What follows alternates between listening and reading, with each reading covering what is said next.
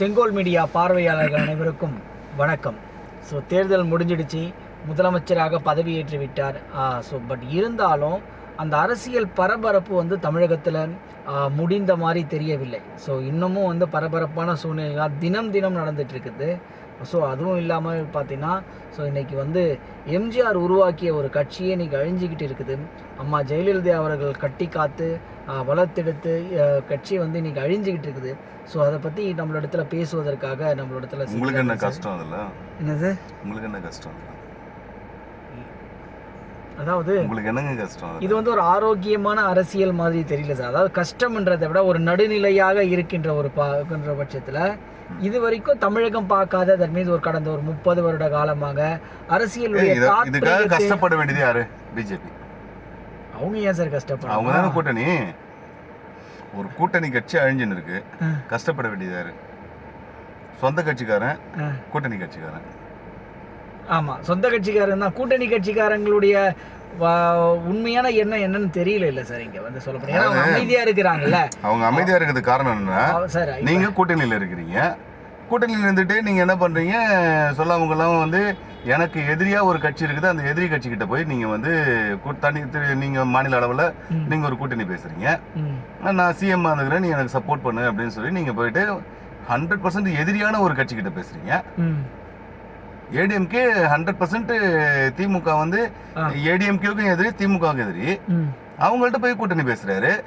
பேசி இது இன்னைக்கு அவரு கூட ஐயுஎம்எல் ஒரு பெரிய ஒரு காதர் மதினா அவர் கூட என்ன சொன்னாரு? சோ இப்போ ஆமா எங்கிட்டயே சொன்னாரு அவரு, சொன்னாரு அதிமுக திமுக இடத்துல ஆதரவு கேட்டதால டிவி சொன்னாரு, எல்லாருமே சொன்னாங்க. நம்ம அந்த பெரிய சொல்றாரு நினைக்கிறதா? ஆமாங்க, கை கோர்த்துல இல்ல, அப்புறம் கை கோர்த்து கிடையாது. நீங்க உண்மையா நடந்துக்கல, கூட்டணிக்கு நீங்க உண்மையா நடந்துக்கல. உங்களுக்கு பதவி வேணும், பதவி வேணுங்கிறதுக்காக நீங்க திமுக கூட போயிட்டு பேசி எப்படியாவது என்ன சிஎம் ஆக்குங்க, நீங்க சொல்றதெல்லாம் நான் செய்யறேன்னு சொல்லி சொன்னீங்க. அவங்களும் என்ன பண்றாங்க, அவங்க கூட்டணி கட்சிகள்ல அவங்க கூப்பிட்டு சொல்றாங்க, இந்த மாதிரி அவர் சிஎம் ஆக்கிடலாம் அப்படின்னு சொல்றாங்க. அவங்களுக்கு பகீர்னு இருக்கு, என்னடா இது ஒரு இது மாதிரி பண்றாருன்னு. சொந்த கட்சிக்காரங்களுக்கு பகீர்னு இருக்கு. அதிமுக காரங்களுக்கு என்னடா இது, நம்முடைய டோட்டலா எப்பவுமே எதிரினா ஏடிஎம்கேக்கு எதிரி திமுக தான், திமுகவுக்கு எதிரி ஏடிஎம்கே தான். இது ரொம்ப காலமா நடந்துட்டு இருக்கு. ஒரு இவரு இறந்தப்பெல்லாம் பாத்தீங்கன்னா அவரு ராஜீவ்காந்தி இறந்தப்பெல்லாம் பாத்தீங்கன்னா ஏடிஎம்கே காரங்க திமுக வீட்டையெல்லாம் இருந்த வீடுகளை எல்லாம் அடிச்சு உடைச்சி எல்லாம் பண்ணி மிகப்பெரிய கலவரமாகி இன்னமும் கூட அந்த கேஸ்ல 1-2 பேர் இருக்காங்க. இன்னமும் அந்த கிட்டத்தட்ட 30 வருஷம் 35 வருஷத்துக்கு அப்புறம் கூட இன்னமும் அந்த கேஸ்ல இன்னும் முடியாத நிலைமையில கூட இன்னும் இருக்காங்க. 1992-93 நடந்தது, அதெல்லாம் 94 நடந்தது. இன்னும் கிட்டத்தட்ட பாத்தீங்கன்னா 35 வருஷம் இன்னும் கேஸ் ஜவ்வா எழுதிட்டு இருக்கிற ஆளுங்கெல்லாம் இருக்கிறாங்க. ஊரை விட்டு ஓடி போனவங்களாம் இருக்காங்க. இந்த ஊரே வேணாலும் பொன்னாடி புள்ள குட்டியோட எடுத்துட்டு போயிட்டு வேற ஸ்கூல்ல பசங்களை சேர்த்து எல்லாம் பண்ணி அது அந்த மாதிரி இருக்காங்க. அப்படி இருக்கும்போது இவர் அந்த எதிரி கட்சி கூட போய் கூட்டணி பேசலாமா? சொல்லுங்க, பேசலாமா? சோ எதிரி கட்சிக்குன்றத விட பாத்தீங்கன்னா இங்க அவருக்கு எதிரி கிடையாது, அவருக்கு எதிரி இல்லல்ல. இது எப்படி இருக்குன்னா, இந்த கடைக்கு நான் தான் ஓனரு, ஆனா எவனா எந்த பொருள் வேணா எடுத்துன்னு போயிரு, ஒன்னும் பிரச்சனை இல்ல. ஏன்னா நான் முதலீட்டு போட்டதானே இந்த கடை எனக்கு எனக்கு எவனா எடுத்துட்டு போனானா எனக்கு தெரியும். நான் முதலீட்டே போடல, சும்மா கடையை பாத்துக்கிட்டான்னு சொன்னா அவனை அடிச்சு வரட்டிட்டு நான் உட்காந்துட்டேன் கடையில. இப்ப அதுல இருக்கிற பொருள் என்ன பொருள் இருக்குதுன்றது எனக்கு தெரியாது. எவன் எடுத்துட்டு போனாலும் எடுத்துட்டு போட்டு தான் எடுத்துட்டு போயிடும். மூதாதையர்கள் அடிச்சுட்டானா நானும் அடிச்சுக்கணுமா சார்? ஏங்க அப்ப நான் பரஸ்பரமா போக கூடாது. மூதாதையர் அடிச்சுக்கல, அடிச்சுக்கிட்டாங்கல்ல, நீங்க அடிச்சுக்க கூடாதுன்னு முடிவு பண்ணீங்கல்ல. எலெக்ஷனுக்கு முன்னாடி என்ன புடிங்கிட்டு இருந்தீங்களே, எலெக்ஷன் முன்னாடியே கூட்டணி போட வேண்டியதானே, கூட்டணி வைக்க வேண்டியதானே. அப்ப என்ன பண்ணிட்டு இருந்தீங்க? எலெக்ஷன் முன்னாடி ஏடிஎம்கே டிஎம்கே கூட்டணி போட்டு நீங்க எலெக்ஷன் நிக்க வேண்டியதானே. அப்புறம் மக்களை வெறுப்பேத்துறீங்களா? இல்ல மக்களை வெறுப்பேத்துறீங்களா? அப்ப மக்கள் நீங்க வெளியில 2 பேரும் எதிரி கட்சியா அடிச்சுப்பீங்க, உங்களை நம்பி ஓட்டு போடுவாங்க, எல்லாம் பண்ணுவாங்க. அதுக்கப்புறம் உங்களுக்கு தேவைன்னா ஒன்னா சேர்ந்துப்பீங்க. இந்த உனக்கு எலெக்ஷனுக்கு முன்னாடி எங்க போச்சு? இன்னைக்கு இப்ப டிவிகே சென்றிருக்கிற சந்தர்ப்பவாதம் மாதிரி அன்னைக்கு அவங்க முயற்சி செஞ்சாங்க. டிவிகேல என்னங்க சந்தர்ப்பவாதம்? டிவிகே கூட நம்ம சேர்ந்து போலாம்னு சொல்லி ஏடிஎம்கேவே நிறைய பேர் அவங்கள்ட்ட இருக்க முதற்கட்ட தலைவர்கள் எல்லாரும் சொன்னாங்க, நம்ம டிவிகே கூட போலாம்னு சொன்னாங்க. அவர் கேட்கல, அவர் பிரச்சனை பண்ணாரு. இப்ப கடைசியில பார்த்தாங்க, பேசாம நம்ம டிவிகேலுக்கு நம்ம முதல்ல சொல்றதை கேட்கல, இப்ப நம்ம டிவிகே கூட போய் சேர்ந்தா டிவிகே கூட போய் சேர்றாங்க. என்ன இதுல தப்பு? இதுல என்ன தப்பு? ஏற்கனவே அவங்க சொன்னதாங்க, டிவி கூட நம்ம சேர்ந்து எல்லாம் பண்ணுவோம்னு சொன்னதுதான். இவரே சொன்னாரு, அதோ தெரிகிறது. அப்புறம் அவங்க தானே சார் வரல. அப்புறம் யாரு? அவங்க தானே கூட்டணி டிவிக்கே ரெடியா இருந்தாங்க. இவர் தான் வரல. இவங்க முதற்கட்ட தலைவர்கள் எல்லாருமே சொன்னாங்க நம்ம போயிட்டு ஜாயின் பண்ணிக்கலாம் அப்படின்னு சொன்னாங்க. இவரு தான் கேட்கல. இவர் அதீத தன்னம்பிக்கையில டிவிக்கு ஒரு இடம் வராது 2 இடம் வராதுன்னு சொல்லிக்கிட்டு மேலம் பண்ணிக்கிட்டு இவருடைய அரசியல் ஞானத்துக்கு என்ன எட்டுச்சோ அதை வச்சுக்கிட்டு எடப்பாடியே இதே மாதிரி பண்ணிட்டு இருந்தாரு. இனிமேற்படி வந்து அதிமுகவை காப்பாத்துறதுக்கு யாராலையும் முடியாது. நம்மளே சொன்னோம் அதிமுகவை ஒரு கொம்பனால அசைக்க முடியாதுன்னு சொன்னோம். அது எப்ப சொன்னோம்? அதை சொல்லி 20 நாள் முன்னாடி சொன்னோம். இன்னைக்கு இருக்கிற நிலைமையில அதிமுக ஒரு கொம்பனாலையும் காப்பாற்ற முடியாது. எந்த கொம்பனாலையும் அதிமுகவை காப்பாற்ற முடியாது. ஏன்னா அது அழிவோட விளிம்புக்கு போயிடுச்சு. காப்பாற்ற வேண்டிய சூழ்நிலை எல்லாம் இருந்தப்பெல்லாம் இவங்க விட்டுட்டாங்க. இனிமே எந்த கொம்பனாலையும் அதிமுகவை காப்பாற்றவே முடியாது. அது மொத்தமா என்ன ரொம்ப ரொம்ப சூப்பரா பிளான் பண்ணி அவர் வந்து திமுக வந்து கை நகர்த்தினாங்க. எப்படி நகர்த்தினாங்கன்னா டிவிக்கவே எப்போ வேணா காலி பண்ணிக்கலாம். ஏன்னா பேஸ் லெவல்ல ஒர்க் பண்றதுக்கு ஆள் கிடையாது. ஆனால் திமுக மாதிரியே பேஸ் லெவல்ல கிளைக்கழகத்துல அந்த லெவல்ல இருந்து ஒர்க் பண்ணக்கூடிய கிளைக்கழக பிரதிநிதி, கிளைக்கழக செயலாளர், கிளைக்கழகத்தில் இருக்கக்கூடிய அந்த அமைப்போடு இருக்கக்கூடிய ஆட்கள் அதே சேம் திமுகவில் இருக்கிற மாதிரியே இருக்கிற ஆட்கள் எங்க இருக்காங்கன்னா ஏடிஎம்கேல தான் இருக்காங்க. சோ அப்ப அவங்களுக்கு டைரக்டா யாரை காலி பண்ணணும்னா விஜய் எப்போ வேணா காலி பண்ணிக்கலாம். ஏன்னா பேஸ் லெவல்ல கிடையாது. அது ஒரு புளுக்ல வந்தது. அது ஒரு தடவை தான் எடுபடும், ஒவ்வொரு முறையும் எடுபடாது. சார் அவங்க பயங்கரமா ஃபார்ம் பண்ணிட்டு இருக்காங்க. அவங்க என்ன ஃபார்ம் பண்ணாலும் இதுக்கு மேற்பட்டலாம் புள்ள சொல்லிச்சு குட்டி சொல்லிச்சுன்னு எவனும் போய் ஓட்டலாம் போட மாட்டாங்க. அந்த அளவுக்குலாம் முட்டாள் கிடையாது யாரும். ஒரே ஒரு டைம் பண்ணாங்க. அது இதுக்கு மேற்பட்டலாம் இவங்களே வந்து போற நிலைமையை பார்த்துட்டு ஒரு வருஷம் டைம் கொடுத்தாங்க சார். நேத்து ஒருத்தன் தலையை வெட்டி ஒரு குழந்தை 5 வயசு குழந்தைய சாவடிக்கிறான். 20 பேர் வந்து ஒரு கார்ல 4-5 கார்ல வந்து நடு ரோட்ல வச்சு ஒரு குழந்தைய நடு ரோட்ல 5 வயசு அந்த குழந்தைக்கு. ஆனா டிவில என்ன சொல்றான்? 5 வயது மகன்ன்றான். ஏண்டா மகனா மகளோ? 5 வயது குழந்தை. அந்த குழந்தைய சாகடிச்சுட்டு அந்த அவங்க அப்பனை அங்கேயே நடு ரோட்ல வெட்டி தலையை மட்டும் எடுத்துட்டு போயிட்டு நடு ரோட்ல வச்சுட்டு போறான். இதான் சட்டம் ஒழுங்கு இவனுங்க லட்சணமா? தமிழகம் இதுவரையில இதான சொல்றாங்க. சட்டம் ஒழுங்கு புடிங்க தள்ளிடுவான். அடுத்த தள்ளிடுவான். அடுத்த தள்ள வேண்டி தானே? அடுத்த தள்ளிட்டானே. தமிழகம் நீ 1 வச்சு படம் எடுத்தவங்க எத்தனை பேரும் அவனுக்குலாம் வந்து போஸ்டிங் எடுத்து கொடுத்துனுக்குறீங்க. அவனுக்குலாம் கவர்மெண்ட் போஸ்ட் கொடுத்துனுக்குறீங்க. முதல் போட்டவங்களுக்கு தான் சார் வேலை செஞ்சுட்டு இருக்கா. ஓட்டு போட்டவங்களுக்கு வேலை செய்ய. அதுதான் இப்ப தெரியுதா உங்களுக்கு? இப்ப தெரியுதா யாரெல்லாம் இவருக்கு வந்து இவருக்கு சப்போர்ட் பண்ணி இவர் நடிக்கிறதுக்கு சப்போர்ட் பண்ணாங்களோ, யாரெல்லாம் ப்ரொடியூசரோ அவங்களுக்குலாம் கவர்மெண்ட் வேலையை கொடுத்துனுக்குறாரு இவரு. இது வந்து 5 பேருக்கு கவர்மெண்ட் வேலை கொடுத்துக்கிறாரு. மக்களுக்கு ஒன்னும் ஓட்டு போட்ட மக்களுக்கு ஒன்னும் செய்யற மாதிரி. அப்புறம் சும்மா இருக்கிறதுல லீஸ்ட் 720 கோடி அந்த லெவல்ல தான் செலவாகும். இந்த தாய்மாமன் சீருன்றது அதான் பேரு பெருசா இருக்கும். இந்த இது வந்து பாத்தீங்கன்னா ஒரு சில படங்கள்லாம் பாத்தீங்கன்னா பெருசா இருக்கும். ஆனா வந்து கடைசியில ஒண்ணுமே இருக்காது அதுல. அப்படி இல்ல சார். தாய் மாமன் சீருன்னு சொல்லிட்டு நான் உங்க தாய் மாமனும் குடும்பத்தோட தாய் மாமனா இணையறாரு. அது ஒரு பிளான் சார். காது குத்துறதுக்கு தனியா சீர் கொடுப்பாரோ? காது குத்து சீரு, சீமந்த சீரு எல்லாம் கொடுப்பாரோ? ஆமா ஆமா. ஏன்னா அண்ணன் உங்க அண்ணனும் ஓட்டுனாரு. இப்ப தாய் மாமன் சீருன்னு தாய் மாமனா உள்ள போயிட்டுனா இந்த காலம் ஃபுல்லா 30 வருஷத்துக்கு. அதாவது அவர் என்ன பண்றாருன்னா எதிர்கட்சிங்க கேள்வி கேட்டாங்கன்னா அப்படியே எல்லாத்தையும் நோட்ஸ் எடுத்துக்கிறாரு, ரீல்ஸ் போட்டு விட்டு. அப்புறமா அவர் வந்து என்ன பண்றாரு, ஒரு நாள் எல்லாத்துக்கும் சேர்த்து கவுண்டர் மட்டும் கொடுக்குறாரு. அதுதான் சார். நீ அவ்வளவு கவுண்டர் கொடுக்கக்கூடிய அவ்வளவு திறமை இருக்கக்கூடிய ஆளு பத்திரிகையில கொடுத்துட்டு போயாம்பா உன் கவுண்டரை. பத்திரிக்காரன் முன்னாடி கொடுத்துட்டு போ. கேள்வி கேட்கறதுக்கே ஆள் இல்லாத இடத்துல ஏன் கவுண்டர் கொடுக்குற? கேள்வி கேட்கறதுக்கு எங்க ஆள் இருக்கானோ 10 பத்திரிக்காரங்க இருக்காங்கல்ல, அவங்க தானே ஜனநாயகத்தின் 4வது தூணு. அவங்க முன்னாடி அவங்க கேள்வி கேட்பாங்க, அவங்க பதில் சொல்லிட்டு போ. ஜனநாயகத்தினுடைய தூணு இன்னைக்கு அமைதி காத்துட்டு இருக்குது சார். அவங்க அமைதியெல்லாம் கேட்கல. நீ எப்ப போனாலும் மரியாதையே கொடுக்க மாட்டேங்கிற. நீ எங்களை கூப்பிட்டு ஒரு பிரஸ் மீட் கொடுக்க மாட்டேங்க. முதலமைச்சர் மீடியா மதிக்கல, அவங்கள அவரை மதிக்கல, அவ்வளவுதான். மீடியா வந்து அவரை கழட்டி விட்டுருச்சு. அப்படியா? ஆமா. மீடியா வந்து நான் ஏன் போவேன் பின்னாடி வரணும்? நீ என்ன மதிக்கல, என்ன கூட்டு மரியாதை கொடுக்கல, நான் சொல்றது கேட்கல, எனக்கு என்ன ஒரு ஆளவே நீ மதிக்கல, உன்னையே நான் மதிக்கணும். அதனால மீடியா என்ன பண்ணிடுச்சு, மதிக்கவே வேணாம், இப்ப நிக்காதீங்கப்பா, எடுத்துட்டு போவாதீங்கப்பா மைக்காங்கன்னா அவங்களுடைய கடமை. முதலமைச்சர் கையில நியூஸ் அறிவிக்கைகளை பெற்று மக்களிடத்துல பகிர வேண்டியது ஒரு மீடியாக்களுடைய கடமை தானே சார். ஏங்க இந்த மைக்க பார்த்த உடனே ஓடுற ஆளை போய் நீங்க என்னங்க பண்ணுவீங்க?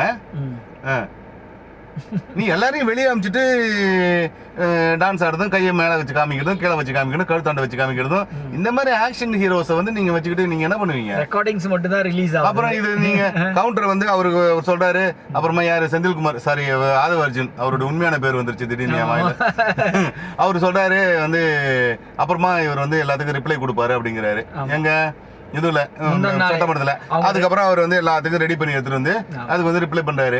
ஏன் உனக்கு அது ரெடி பண்ணி எடுத்துட்டு வந்து படிக்கிறதுக்கு உனக்கு மனப்பாடம் பண்ணி ஒப்பிக்கிற? அது நீ ஒப்பிக்கிறதே வந்து நடிகர் சார், அதனால ஒரு ஸ்கிரிப்ட்லாம் ரெடி பண்ணி ஆக்ஷன் ரோல் அவுட்லாம் ப்ராக்டிஸ் பண்ணிட்டு வந்து தான் சார் பண்ண முடியும். நீங்க மட்டும் உடனே கேள்வி கேட்டு பதில் சொன்னா எப்படி சார் பண்ணுவார் அவரு? இது என்ன லைவ் ஷோவா நடக்குது? இது வந்து முடியல. இது வந்து மிக்க நன்றி. சரி சார், முக்கியமா இங்க வருவோம். அப்ப திமுகவுடைய நிரந்தர எதிரி, ஆதிகால எதிரி வந்து அழிப்பு. திமுக வந்து காப்பாத்துறதுக்கான வாய்ப்பு இல்ல. திமுகவை திட்டமிட்டுச்சு அதுக்கு. திமுக நீங்க டாபிக்கா போட்டுக்கோங்க. அதிமுகவை இனி எந்த கும்பனாலும் காப்பாற்ற முடியாது. ஆமா, ஏன்னா அது டோட்டலா காலி ஆயிடுச்சு. அதுல இருந்து உண்மையான தொண்டர்கள், அதாவதுங்க படிக்கிற காலத்துல இருந்தவருங்க சி விஜயபாஸ்கர், டாக்டர் விஜயபாஸ்கர் இருக்காரு, அவர்லாம் மாணவரில இருந்து இருந்தவர். அவர் 1000 பேர்ல பிரச்சனை இருக்கட்டும், குட்கா இருக்கட்டும், அது இருக்கட்டும், ஏகப்பட்ட வழக்கு இருக்கட்டும், எது ஒண்ணா இருக்கட்டுங்க, ஆனா உண்மையான தொண்டர் அவர்லாம் இன்னைக்கு தூக்கி போட்டு போறாரு அப்படின்னா எவ்வளவு மனசு வெறுத்து போயிருப்பான் அந்த நீங்களே சொல்லுங்க. அத்தனை பேருக்கு மத்தியில அத்தனை பேருக்கிட்டே அதிமுகன்னு இவ்வளவு காலம் இருந்துட்டு இன்னைக்கு வேற ஒரு கட்சியை நோக்கி அவர்லாம் போறாருன்னா ஏன் போறாரு? அப்ப அவருக்கு எவ்வளவு வெறுப்பா இருக்கும். அவருடைய அவ்வளவு அவருக்கு சப்போர்ட்டர்ஸ் இருக்காங்க.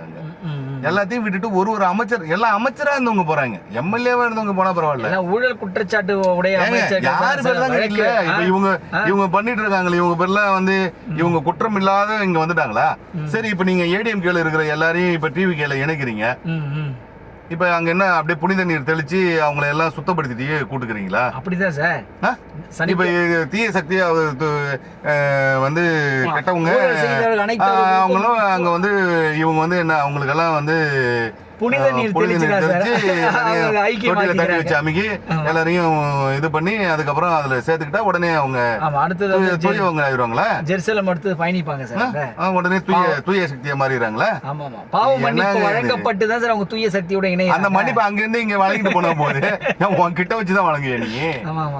யார் யாரெல்லாம் திமுகவுல அதிமுகவுல இப்ப உடனே அவங்க எல்லாம் நேர்மையானவங்களா ஒரே ஒரு வித்தின் டேல எல்லாரையும் அப்படியே சலவையில போட்டு எடுத்துட்டீங்க, நேர்மையான மாறிட்டாங்க. அதுதான் சார் வாஷிங் மிஷின் சார். ஓ, வாஷிங் மிஷின். டிவிகேங்கிறது வாஷிங் மிஷினா? ஆமா, தண்ணி தெளிச்சு டிவிகே வாஷிங் மிஷின்ல போட்டு எடுக்கிறீங்க. ஆமா, பாவத்தை எல்லாம் விலக்கி வாஷிங் மிஷின் டிவிகே வாஷிங் மிஷின்ல போட்டு ஏடிஎம்கே சுத்தம் பண்ணிடுங்க. ஆனா ஏடிஎம்கே இதுக்கு மேற்பட்டு ஒண்ணும் அது விளங்காது, அவ்வளவுதான் முடிஞ்சு போச்சு.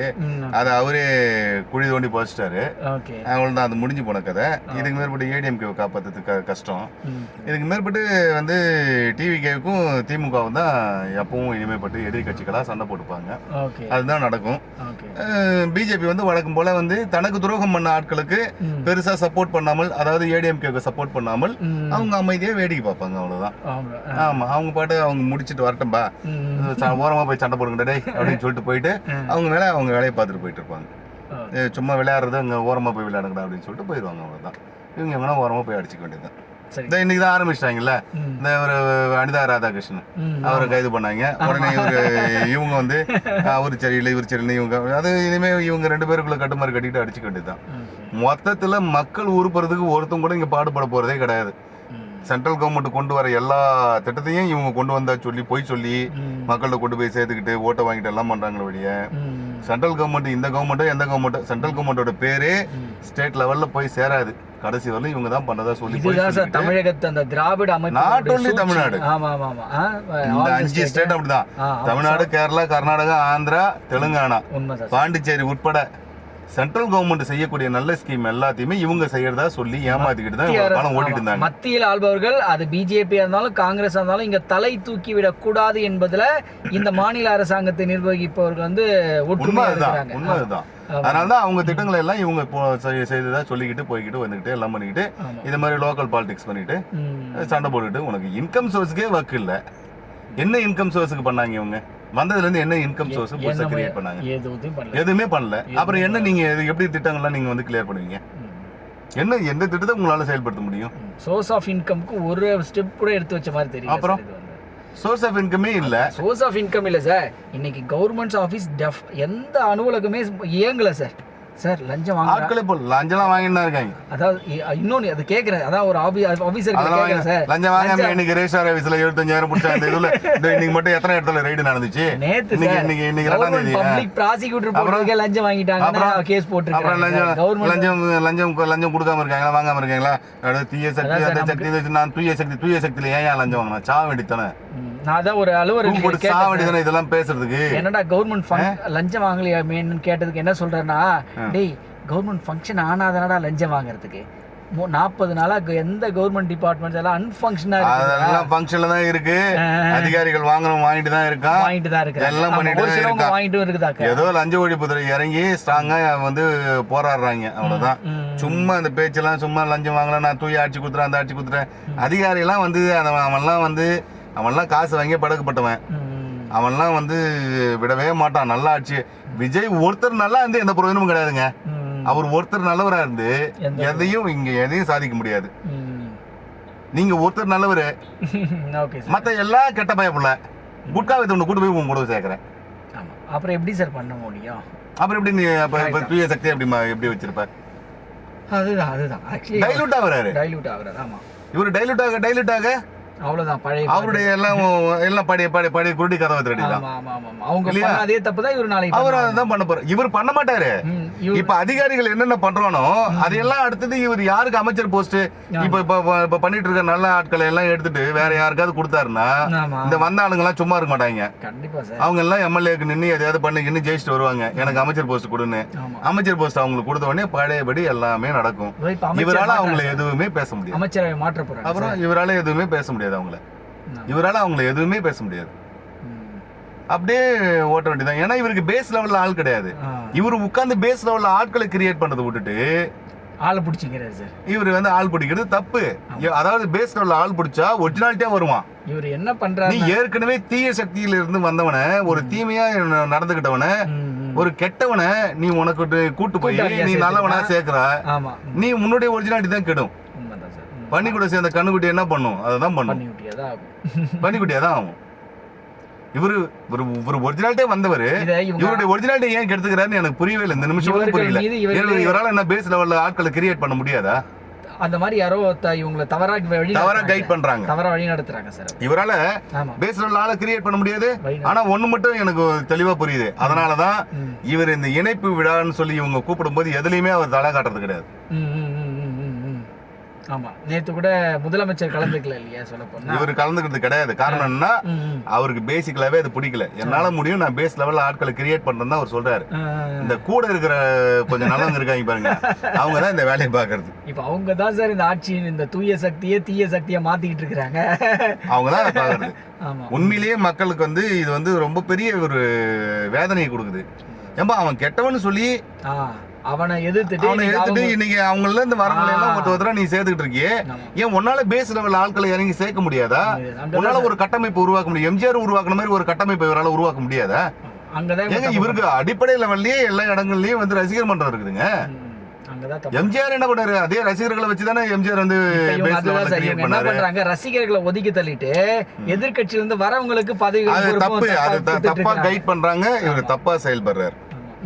இது வந்து என்ன ஆகும்னா, இவர் என்ன நினைச்சு கட்சி ஆரம்பிச்சு என்ன நினைச்சு எல்லாத்தையும் விட்டுட்டு வந்தாரோ அது எதுவுமே இவரால பண்ண முடியாது. ஸ்பாயில் ஆயிரும். இப்போ ஆயிடுச்சு சார். ஆல்மோஸ்ட் இப்போ 50% ஆயிடுச்சுன்னு நான் நினைக்கிறேன். இன்னும் 100% ஸ்பாயில் ஆகுது. டைலூட் ஆயிட்டாரு. ஆமா, ஆயிட்டாரு. ஆனா என்ன தலையை மட்டும் காமிக்க மாட்டாரு. நம்ம தலையை காமிக்க வேணாம், அவங்க என்னாச்சு பண்ணிட்டு போறாங்கன்னு சொல்லி நினைக்கிறாரு. இது ஆனா ஒரு நல்ல தலைமைக்கான அழகு கிடையாது. கிடையாது. சரிங்க சார், தகவலுக்கு நன்றி. அடுத்த வீடியோவில் நம்ம சந்திப்போம். நன்றிங்க.